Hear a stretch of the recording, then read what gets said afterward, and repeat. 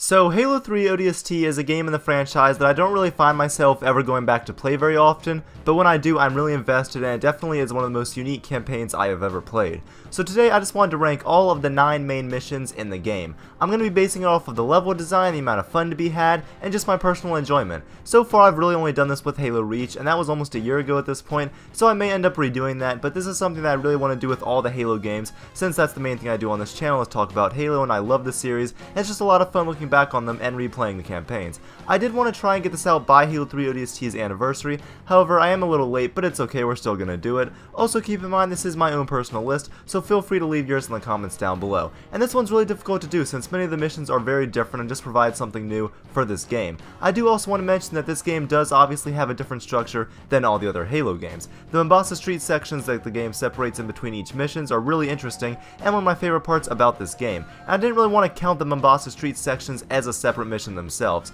but I do just want to mention how much I really enjoy them and how much the tone, presentation, atmosphere, and just everything make these free roam sections an awesome addition. You can count them on here if you'd like on your list, but if they were on mine they'd definitely be really high. Anyways, without further ado, let's get started. So starting off the list at number 8 is going to be the first official mission of the game, which is Tayari Plaza. Now this mission isn't bad by any means, but it's really your standard game tutorial level. The gameplay here, just like in the entire game, is very fun, and this pretty much just because it's Halo 3 and that game is fantastic, and it still holds up to this day. You play as Buck, so having this dialogue in the background helps keep it interesting, but nothing in this mission really stands out, it's just kind of bland. Fighting the Hunters was pretty intense, I guess, and I like the city setting overall that's pretty much present in the entire game, but yeah, that pretty much applies to the entire campaign and not really this mission specifically. Overall, this mission is just kind of bland and definitely the most generic and uninspired mission in this game for me. For number 7, I have Uplift Reserve, which this is pretty much just your classic Halo vehicle level, except this one can actually be completed in under 4 minutes, without any glitches or anything like that. The part time is 4 minutes. So once again, this is a very fun mission that when I first played it, I really enjoyed. It still got that sense of fluidity and just pure enjoyment driving around with all your friends, but it is missing something really intense, I guess, that really made levels like Savo Highway or even Halo from Halo 3 so memorable. I do like that the variety of different vehicles in this mission is really present, and you have like Wraiths, you have Ghosts, you have Choppers, all the different things, you have Warthogs everywhere that you can mess around with, but once again there's just not much to it that is really unique. The only thing I really remember truly about the mission was the tower collapsing when you're on the bridge, but besides that it's a very fun mission that I'm happy was included in this game. However, with a few more additions or changes, I do feel like this level could have been incredible and one of the best in the entire franchise. At number 6 is Data Hive. So this mission is actually pretty interesting for me just because the variety in it and sort of the tone, I guess. The setting is a data facility under New Mombasa, which is sort of spooky and just crawling with Covenant. There's just this feeling of uneasiness that's really enjoyable to play through. Everything with the NMPD officer is a nice touch and kind of interesting to play through, and like I said, there's just a nice variety in the actual locations of the data facility itself. You'll feel really claustrophobic and cramped 1 minute, then it'll open up into a massive room with drones on the ceiling, and the moments between Dare and Buck also later continue to improve the story and the dynamic between those two characters, which is one of the most entertaining things of the game, and it's just a really awesome mission that I actually remember pretty well, even though it doesn't really do anything that much unique. It does enough, and the setting and the atmosphere and just the huge standout moments like that definitely make it worth playing though, and an awesome addition to this campaign. At number 5, I have Kazingo Boulevard, which is the tank mission that every Halo game is pretty much obligated to have. Once again, the civilian setting present in Tayari Plaza, and pretty much the entire game, is still fun to explore, and simply blowing everything up with the tank is awesome. There's really not much to it. I enjoy due to the layout of the city, you never really know what's going to be waiting after you turn a corner with the tank, and it does add a little bit of suspense, and that's just something I really remember from that mission. I also appreciate how there is a normal combat sequence at the end to kind of offset and balance out all the different combat that you're going through. That's also surprisingly fun. It's a classic defend this section with friendly Marines thing, but it's still a blast and doesn't really overstay its welcome. Really, this mission is just incredibly simple, but you can really truly never go wrong with a Halo tank mission, and this one is no exception. For number 4, I have Kikowani Station, and from here on I truly love these missions, and I think the next 4 really stand out in their own ways. But yeah, Kikowani Station really has anything you could want from a Halo campaign mission.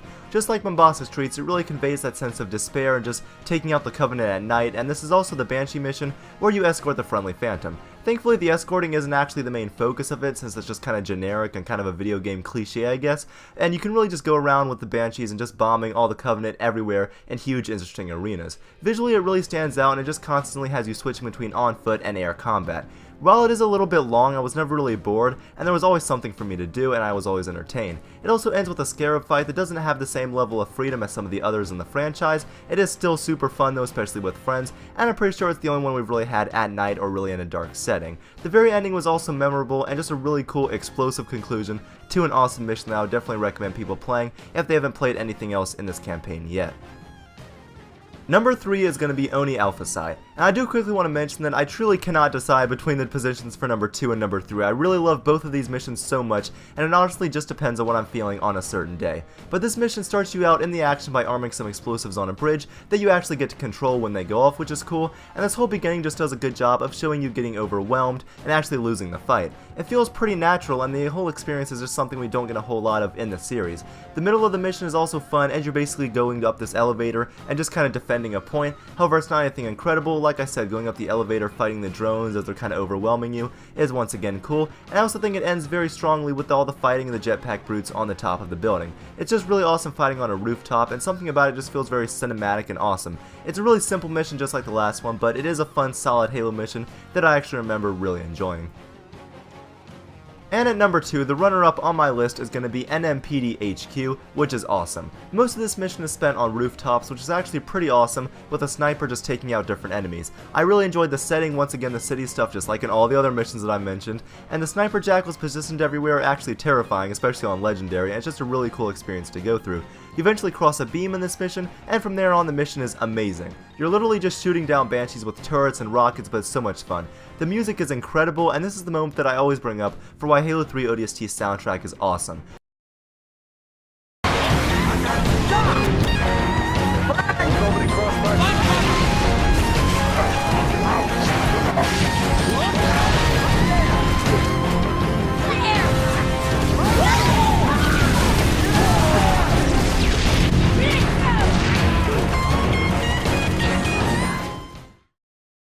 Really, the music is just what carries all of it, but it's just so empowering shooting down phantoms and defending the Pelican with all your different ODST buds with a wide variety of weapons and really being able to do whatever you want. Overall, it's a pretty good mission with an incredible ending that really elevates it to one of my favorites in the entire series. And the number 1 mission in the game is going to be the final mission, Coastal Highway. Most of this mission is just pure vehicle fun that I really enjoyed. However, unlike Uplift Reserve, I found it consistently fun and exciting. The whole element of escorting the elephant and being able to interact with it is just so cool, and just seeing exactly how you can mess around with it with your different friends and like seeing what you can push in front of it and how much damage it can take and all that stuff is really awesome. The progression of vehicles too, with you getting the Scorpion and the Gauss tank and then all that different stuff, is awesome, and really being able to choose what you want to use and taking out phantoms just actually feels important, while also being small scale, which is also pretty different for a Halo story, as it's usually just Master Chief saving the world. This time it's a little bit smaller scale, which I really appreciated. The music continues to be incredible and also elevates the final combat sequence, which doesn't really do much to be unique, but it is still fun and you once again feel empowered and just exciting while playing it, and it does serve as a pretty awesome conclusion to this game's campaign. So yeah guys, that's going to be it for my ranking of the ODST campaign missions. In case you can't tell, I really love a lot of this game, mainly the tone and kind of the uniqueness shown through the Mombasa street sections. However, besides some incredible standout moments like the end of NMPD HQ, a lot of the stuff on Coastal Highway and Kikowani Station, the missions don't really hit me that hard. They're still good, they just don't really connect to me as much as some other missions in other games in this series. Either way, let me know what you guys thought about this video, what are you guys' favorite ODST missions, and don't forget to subscribe to Majestic Gaming for more Halo videos in the future. I will have my next Halo retrospective review coming out very soon, which is going to be on Halo Reach's Firefight, so if you're at all interested in that, make sure to subscribe and also like this video, and also comment down below, like I said, what you guys' favorite mission in this game is. I would totally understand if yours is not Coastal Highway, but maybe it's NMPD HQ. I could also understand Kikowani Station. Either way, I really enjoy this campaign, and don't forget to leave your thoughts in the comments down below, and thank you all for watching Majestic Gaming.